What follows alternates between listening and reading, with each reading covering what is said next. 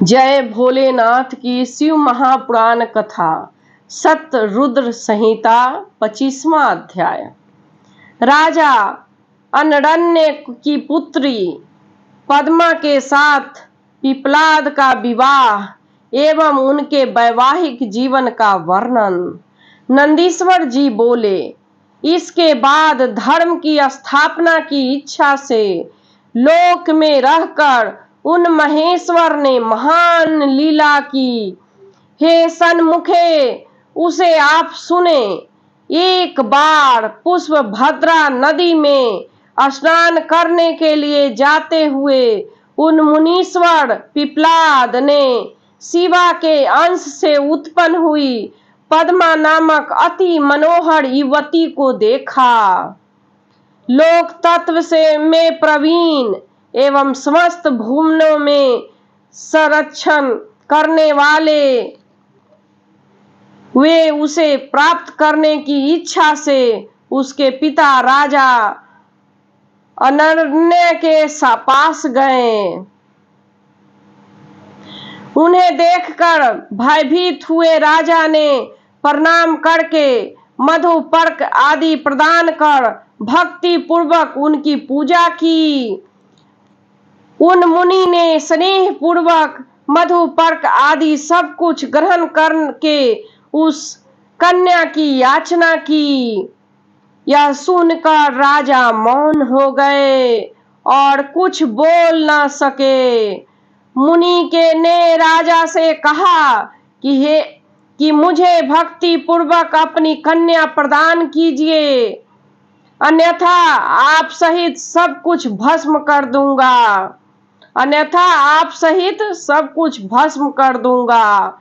हे महामुने, उस समय समस्त राजपुरुष दधीचि पुत्र पिप्लाद के तेज से आच्छन्न हो गए। तब अत्यंत डरे हुए राजा ने बारंबार विलाप करके कन्या पद्मा को अलंकृत कर वृद्ध मुनि को समर्पित कर दिया। पार्वती के अंश से सम्मुभूत उस राजपुत्री पद्मा के साथ विवाह कर वे मुनि पिप्लाद उसे लेकर प्रसन्न होकर अपने आश्रम में चले गए।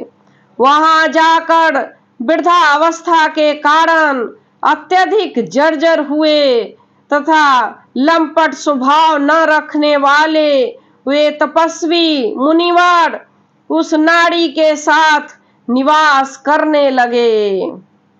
जिस प्रकार लक्ष्मी जी नारायण की सेवा करती हैं, उसी प्रकार अनरण्य की वह कन्या मन वचन तथा कर्म से भक्ति पूर्वक मुनि के सेवा करने लगी। तब शिवा के अंश रूप मुनि श्रेष्ठ पिप्लाद अपनी लीला से युवा होकर उस युवती के साथ रमन करने लगे। उस मुनि के परम तपस्वी 10 महात्मा पुत्र उत्पन्न हुए। वे सब अपने पिता के समान महातेजस्वी तथा पद्मा के सुख को बढ़ाने वाले थे। इस प्रकार महाप्रभु शंकर के लीला अवतार मुनिवर पिप्लाद ने अनेक प्रकार की लीलाएं की। लोक में सभी के द्वारा अनिवार्य शनि पीड़ा को देखकर उन दयालु पिप्लाद ने प्राणियों को प्रीति पूर्वक वर प्रदान किया था कि जन्म से लेकर 16 वर्ष तक की आयु वाले मनुष्यों तथा शिव भक्तों को शनि का पीड़ा नहीं होगी। लोक के सभी द्वारा अनिवार्य शनि पीड़ा को देखकर उन दयालु पिप्लाद ने प्राणियों को प्रीति पूर्वक वर प्रदान किया था कि जन्म से लेकर 16 वर्ष की आयु वाले मनुष्यों तथा शिव भक्तों को शनि की पीड़ा नहीं होगी। यह मेरा वचन सत्य होगा। मेरे इस वचन का निरादर यदि शनि ने उस मनुष्य को पीड़ा पहुंचाई तो वह उसी समय भस्म हो जाएगा, इसमें संदेह नहीं है। हे तात, इसलिए ग्रहों में श्रेष्ठ शनिचर विकार युक्त होने पर भी उनके भय से वैसे मनुष्य को कभी पीड़ित नहीं करता। हे सन्मुने, इस प्रकार लीला पूर्वक मनुष्य रूप धारण करने वाले पिपलाद का उत्तम चरित्र मैंने आपसे कहा, जो सभी प्रकार की कामनाओं की प्रदान करने वाला गाधी कौशिक एवं महामुनि पिपलाद, ये तीनों महानुभाव स्मरण किए जाने पर शनैश्चर जनित पीड़ा को नष्ट करते हैं।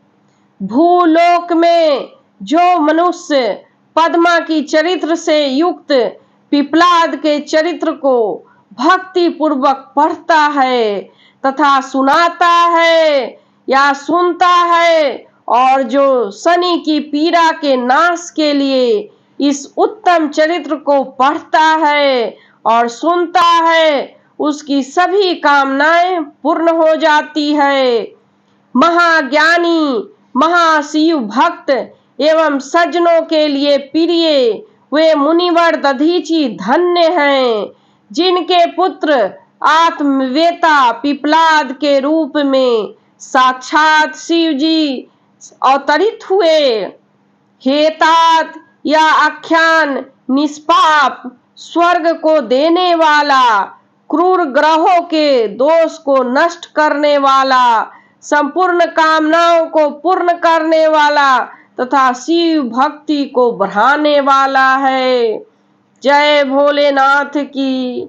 शतरुद्र संहिता 25वां अध्याय समाप्त।